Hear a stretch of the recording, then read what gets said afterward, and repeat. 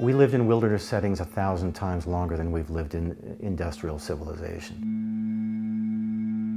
Thoreau goes to Walden Pond, and he says, "I went to the woods because I wished to live deliberately, to front only the essential facts of life, and to see if I could not learn what it has to teach, and not, when I come to die, discover that I have not lived." Coming to Crested Butte was like that. It was voluntary simplicity.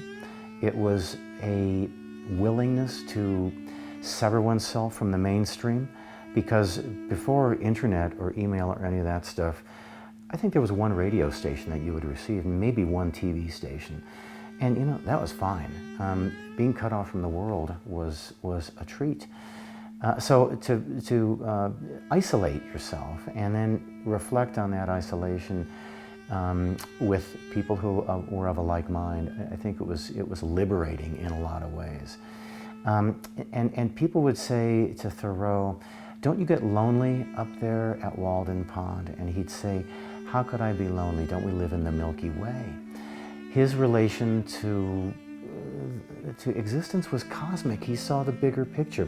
And that's what I think you started to see living in Crested Butte, was that nature was right at the doorstep. I mean, I would hear coyotes howling on Gibson Ridge, and I thought it was a party. When I first heard it, I'd never heard coyotes, but it was this yipping and you know, howling and sort of this screaming and nature was right here. It was like being on the fringe of civilization, and that experience of being on the fringe of something like that, it's like what the frontier was for honing the American character. Always pushing against the crucible of wilderness formed us into the people who we are, innovative, risk-takers, self-reliant people. And that frontier experience could be had here. So to just stroll from town at night, on a moonlit night, you felt like you were walking into a wilderness.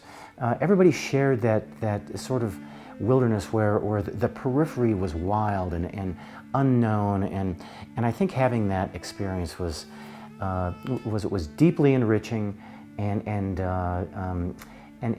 made us who we are.